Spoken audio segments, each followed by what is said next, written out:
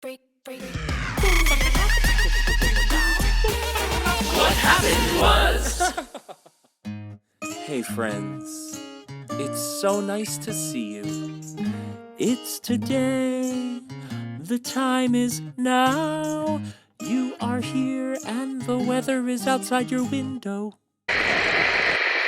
Today's guest had an experience in life that very few people have, that of being a child star. He played the iconic roles of Pugsley Addams in the Addams Family on Broadway and young Shrek in Shrek. But he got his big break creating the role of Cubby Bernstein for the Broadway musical Xanadu. Please welcome my friend and eternal little brother, Adam Riegler. Hello, Adam Riegler. Zachary James. How so are happy you? to be here. Thank you. It's so good to see you. Yeah, it's great to see you too. I'm pretty good. It's beautiful weather. How has this last year been for you? Talk to me about, obviously we're in a pandemic ongoing. And so what was happening in your life in early 2020? I graduated from college, didn't expect to watch it on a TV screen at home, graduated virtually, and then entered this like unknown world where I was like, well, what do I do now? And there's been a lot of time where I've just been here at home, sitting around, sort of thinking like, what am I going to do next? Sure, And all of us. Yeah. freaking out about the state of the world, the pandemic, the state of theater. I'm also really lucky. I actually got to go to Austria in the fall and work on the directing team of a new musical, something I totally did not think was going to happen, but they made it happen right until they couldn't, and we got shut down again because of another lockdown, and I had to come home. But while I was there, it was so much fun to be back in a theater, working on a new work, and just like taking it all in. It was awesome. Well, and weren't you on the assistant directing team for a Broadway show as well? I was a production assistant. Sure. So Same thing. Nobody will tell, Yeah. Everybody So has you to keep it directed a between Broadway us. show, is what? Yeah. Okay. I'm, a Broadway director, multiple Tony Award winner, Adam Riegler. No, I aware. wish. Yeah. Yeah, I'm trying to do more of the directing thing now. And I Yeah. was really lucky. I got to work on this show, Meteor Shower, a couple of years ago, which was just like an incredible experience because it was written by Steve Martin, Yeah. who's like the funniest man alive. Right. It had an amazing cast, including Amy Schumer and Keegan-Michael Key, Jeremy Shamus and Laura Benanti, and directed by Mr. Jerry Zaks, who is just incredible. I love him. And just a wonderful team of people in general to have been able to be in rehearsal and watch them. And I learned so much from that experience. It was really, really a wonderful time. That's so amazing. And of course, you met Jerry doing the Addams Family on Broadway. Of course. We met. You were a child. I was an advanced child. Just a couple of years ahead. My little brother for a couple of years. Yeah. Yeah. It was amazing. I mean, talk about like amazing experiences. Being a kid on Broadway, working at that level, I don't even know how to describe it. Sometimes, this has been a very reflective year in a lot of ways. And like looking back on that time, I just find it like hard to fathom that it even happened. Like, wow, I actually did that. I was actually there. Starred in a Broadway show. Yeah, I guess I did. With a bunch of huge stars. And not only that, but you had just come from Shrek, where you also had a great role, and you were Cubby Bernstein, let's not forget. So this incredible career starting at such a young age. Thank you. Yeah. I remember all of us being like, yikes, watch out for Adam. He's going to be behind the table when we walk into auditions someday. And he'll be like, no, you're washed up. Get out of here. We all knew that we'd be like turning to you for jobs someday. It was actually kind of funny because I did an internship in a casting office while I was in college. And that kind of experience did happen where like these people would come into audition who I've worked with before, who I knew from being on Broadway. And I'd be like, Adam, like, what are you doing here? Like, they thought they were in the wrong room or something. Oh, no. I was like, oh, hey, how's it going? And you're like, I'm deciding whether to give you a job today. Yeah, exactly. And I'm the casting director for this one. Yeah. Can you Just do added that to my again? list of Just fake much credits. less. Yeah. Can you do that again, but be good? Yeah. Are you gonna be cruel when we come in the room? Can you take it down like 8 notches, please? Can you just not act at all? Let me see Yeah. what that's like. You see, you look like you're trying. Oh my god. Oh, I just can't wait to walk in the room and audition for No, you. I'm a nice guy. I'm a nice director. No, you are. I like Yeah. to be friendly. But, I can't take all the credit for all those experiences because I was surrounded by such incredible people like you. Oh, And having, you there, the rest of the cast, being like my real family, you just made it so yeah. much easier to be a part of that and to just ease into the whole thing. Being so young and inexperienced compared to everyone else there. So I'm very grateful to you and to Oh everyone my I god. worked with who made No, those like experiences we just were the all best. family. It's so true. And Yeah. that's what any long running show is though, right? Like you really become Yeah. family. You see everybody at their best, at their worst, both on stage and off. Yeah. And it's like you're really those are the people you live with, and in a weird way, it's like who you spend the Yeah. most time with. So Well, that's what theater's all about, right? Because yeah. you're doing this thing over and over and over for years sometimes. Yeah. I mean, you and I, we both did the full run of Addams Family, and Two we were there for years. years. Yeah. We did like over 1,000 performances Yeah. over such a long period of time. Yeah, absolutely. Do you remember the car bomb scare in Times Square? Yeah, That was that crazy was too. awful. Yeah. I remember I was so shaken that I night. do too. I remember we Totally watched out freaked our me out. dressing room windows to just like see Yeah. what was going on out in Times Square, and it's like, why are we doing a show right now? Like, It was right down the street it was a too. block away. Yeah. That was insane. I mean, and do you remember when Occupy Wall Street came up, like right Yeah. outside our theater? Yeah. All of it. We had the wildest experience, and Yeah. yeah, yeah, so great. Wait a second, let's look at a picture. This was Okay. us from, Oh my God.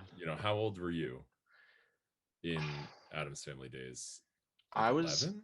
from like 10 to 13. Oh my goodness. All right, here it Yeah. is. Oh my God. Oh, It's funny because I have like these pictures are like dotted everywhere around my house. of So course, I'm of always course. running into them. Oh, that was so much fun. Like I said, we met in the Addams Family, and before the Addams, you played Pugsley, of Yeah. course, iconic. One of very few people in the entire world and all of history to bring that character to life. These iconic characters penned by Charles Addams is very special. But prior to that, you played young Shrek in Shrek. And you had this incredible career as a kid, but you seem to have just like launched right into it and were this overnight child star. What was that like? How did that happen? So what happened was I was always sort of a precocious kid. And we came from a big, like, music-centric family, theater-centric family. My mom was actually trained as an opera accompanist in Europe. Wow. And then she came back to the States, and opera, like, wasn't so big. So she started coaching musical theater instead. What we would do for fun, I have 2 older brothers, and at night for fun, we would like go around the piano. My mom would play, and we'd sing songs from Broadway shows. Oh, I love that. Yeah, it was Yeah. so much fun. And so I started wanting to maybe act a little bit. And I started doing some smaller things in town. And then a local person was just like, hey, they need a kid at this Equity Theater. Would you go in and audition? The Westport Country Playhouse, which I Yeah, think you've performed at, is a absolutely. great theater Legendary. in my hometown, Westport, Connecticut. And I went in for the audition. It was for David Copperfield, like the Charles Dickens play, like this Yeah. hugely long, like old play. I'm like 7 years old. I've got no idea what's going on, but they're Oh like, my you're gonna goodness. be Jip the dog, and you're gonna walk around with a stuffed animal dog and bark when we tell you to. And I was like, okay, I'll do it. Wow. And it was amazing. I loved it. I loved being on stage. I loved performing. I'm not sure how it happened, but all of a sudden I would start auditioning in New York, and I got a job in a show at the York Theater, which is a great theater. Yeah. From that, I got an agent, and she was like, hey, I'm gonna send you out on this thing. And it was Cubby Bernstein, and I got that. Wow. And then she was like, hey, I'm gonna send you out on this other thing, and it was Shrek the Musical, and I got that. Wow. Tell us what Cubby Bernstein is, though, because it's really special. And I, of Yeah. course, know it and I'm obsessed, but Thank you. Yeah, it's been a while, but I think people still like you still run into people, or I still run into people who are like, oh my God, Cubby Bernstein. Like I remember that, and I yeah. still watch it. It was this brilliant, brilliant idea by the producers of the Broadway show Xanadu in order to market the show for the Tonys. Yes. They were like, we're going to create a web series. And you have to remember, this is like Before 2007. yeah. Yeah. And so like the idea of a web series is like nobody even knew what that was. There was no YouTube was, like, streaming. brand new. Yeah. Yeah, totally. And they created this character, Cubby Bernstein, who was like the best Tony campaign manager on Broadway. And it was me, like an 8-year-old kid. Yeah. And I would eat like giant lollipops and wear a suit and talk to Broadway stars. We have to show a clip. Yeah. Play a All clip. right. Well, there's a broken promise for every light on Broadway. Come on, don't be so slow. Who wrote you, Philip Glass? Even when I was working on Meteor Shower, this play I was a production assistant on, I remember I was like cleaning the floor one day and Amy Schumer was in the room and she was like, oh, I watched Cubby Bernstein, by the way. And I was like, oh my God. what? Yeah, that's unreal. Yeah. That's so incredible. And like classic showbiz, now you're cleaning the floor and yeah, now I'm like mopping the floor that yes. you walk on. Yeah, I mean, Cubby Bernstein definitely like launched me. It was kind of weird because it was the first time where I was like, I would get like recognized on the street in New York. Yeah. Like when we were filming stuff, and outside of that, if I was walking in the theater district, people would stop me. And as like a 7-8-year-old kid, that's really weird, but kind of exciting. Oh, yeah. And so then I went in for Shrek, and then the Addams Family. I was already in Shrek. Right. And I didn't even know that you could do 2 shows at once. Sure can. Yeah. But of course, yeah, when you're, working on Broadway, you're doing like a million things at once. Yes. Yeah. Always. Yeah. There's always a reading, a workshop, a benefit concert, and your exactly, rehearsal for and your another show own during the opera day. company, whatever. Yeah, all of it. Yeah. It's so. And so I went in and I was like, oh wow, so I guess now I'm going to be doing a reading for this show while I'm also in this show, and I'm going to the 5th grade. Crazy. And you've accomplished more in your life than most people ever do, and you're about to enter the 5th grade. Oh, I don't know about that. Yeah, that's true. Yeah. So then after Addams Family, which is kind of like the last time, I really saw you until we reconnected.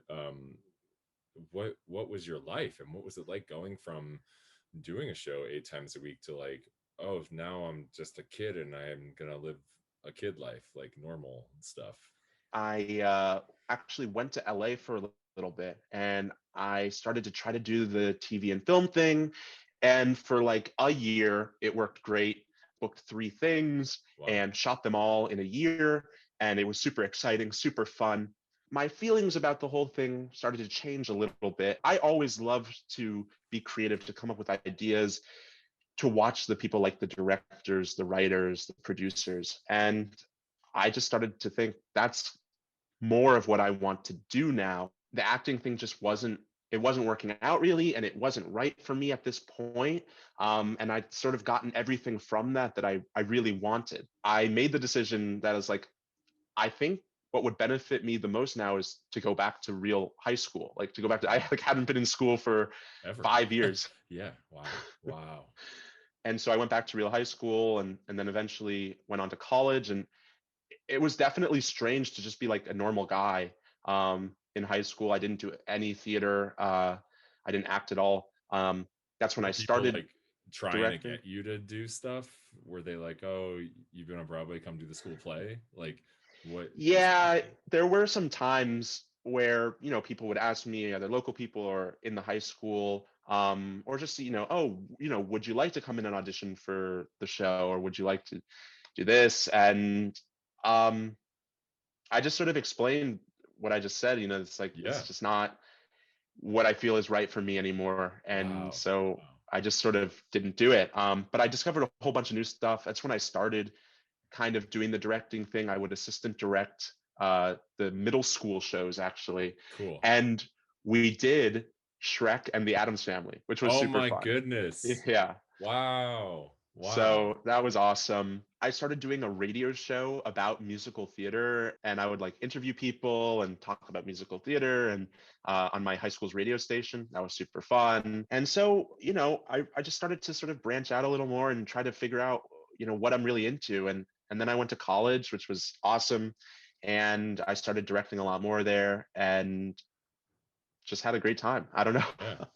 Well, now you're doing film directing, right? And you're writing and have so many I'm trying projects. to. Yeah. Yeah, I'm trying to, pursue the directing thing. I've taken a lot of notes from you and from a lot of other creative people who I really admire, who are taking this time to just go out and make whatever they can to just, be creative and just do stuff, because we're storytellers, we're actors, we're performers, entertainers, and that's what we do. Is we want to go and just do that, even if that industry is sort of shut down at the moment. Right. And so, yeah, I made like a short film version of a play a couple months ago with some friends in a room in my house, and I think that came out well. That was really fun. I've been writing a few things that I'm going to try and put on film in the next couple of weeks. I'm about to go into rehearsal on a Zoom play, which should be a lot of fun. And I just got offered another directorial job on another Zoom play in a couple months. So yeah, we're making the most out of sort of having nothing to work with at the moment. But I think, theater people are super resilient, people in entertainment in general. And we know how to keep going, how to tell the story when we have limited opportunity. And that's what I love about this community. Yeah, amen to that. Well, can I ask you some questions? Go for it. All right. Where are you right now? I'm in Westport, Connecticut. Zodiac sign? Gemini. First show you ever did, ever? Godspell. Your favorite musical ever? Jesus Christ Superstar. First opera you ever saw? Don Giovanni in Salzburg. Did it have like a good fiery death ending? Yeah, it was like super modern and super dark. It was really cool. Okay, favorite actor? Jack Nicholson, for like an all-time one, is kind of good because he's just incredible in every role. You can only listen to one singer for the rest of your life. Who is it? Damon Albarn. Gorillaz is my favorite band, and they basically are just Damon Albarn and whoever he wants to feature on a track. They cross into like every genre. I think they're amazing, and I could listen to them forever. Oh, I love that. What is the best live music experience you've ever had as an audience?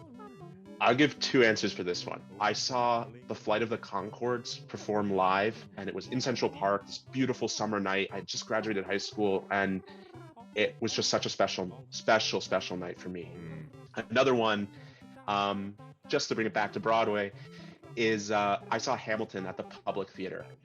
And I was recently talking to somebody about this, and it's just one of those moments where you're sitting there in the theater, and I think it was when the song Satisfied started, and you have that like record scratch moment, and all of a sudden like the actors start dancing in reverse, and you've heard something that you've sort of never heard on a stage before or in like a theater like that before.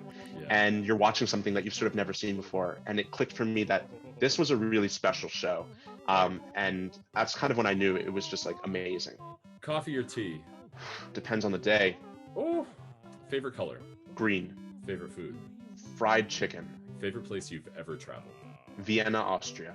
Best sick day excuse? I'm gonna go with the crowd on this one and say it's upset stomach. Absolutely. Beach or mountains? I actually go for Alpine Lake. So you've got like the water and the mountains. You're not in showbiz. What's your backup dream job? Maybe like a location scout or something. Like so get showbiz. to travel. And like you can have a weekend away with. I'll give you a few people. You can collect a group of people, anyone who's ever lived, and you get to have a weekend away, like having these elaborate dinners and sitting around talking about philosophy. One of them is definitely going to be Jesus, even though I feel like that's like I don't know, like a cliched answer maybe. Yeah. But you got to know what the real story is, Yeah, right? dude, what's up? Yeah. I want to hear it from the horse's mouth. Tell me, Excuse me yeah. if that's inappropriate to call Jesus a horse. No, it's But but one is definitely Jesus. It would be really interesting to get like Charlemagne. He was really important in history, so maybe like talking to him, figuring out what was going on in his mind. Maybe in exchange for him, like around the same time period, one of like the popes who called the Crusades, because I want to know what was going on in their heads. I feel like I have to say like Paul McCartney, to hear from him about what it was like to be a rock star, to go sort of like having the overnight stardom thing, but for real. Pitch me a new musical. Well, I got a great one about World War I soldiers fighting on the Austrian-Italian front. You can spend an entire year living as another person. Who is it? I feel like I'd want to be like a scientist who's like doing like cool research, like curing cancer, making the world a better place for real. You can go to any planet. Mars? You can live in any time period. To be perfectly honest, I think we're probably living in, aside from the global pandemic, we're probably living in the best era with like modern medicine and technology. And, yeah, for sure. Except for there's a lot of social issues, but I still think compared to some other times in history, we're probably more advanced on those too. Okay, you can go back in time to any point in your life and tell your younger self in that time one thing. Buy Bitcoin. What's the meaning of life? I kind of think it's just to, kind of have a good time. I think you have to find a certain amount of meaning in life for sure. And you need to do things that not only make you happy, but sort of improve the world around you, do what you can to make the world a better place. But in doing so, you should just try to live life to the fullest and have a good time, because who knows like what life really is? We're humans, like we don't even know what that means. We're on Earth for a certain amount of time. So why not make the most of it? And we're given joy for a reason, and just try to be joyful. Yeah, amen. What is the high note of your life? What's the low note of your life? Yeah. Yep, I agree. Well, thanks for coming on. It's been so great to have you. Thank you for having me, Zach. This was a blast. Always great to catch up. Riegler, Moisha. I'll see you next time. Oh my God. Yeah, see you next time. All right. I'll see you at the audition. Hire me. Exactly. That's all for today's episode. Puppies and rainbows till we meet again.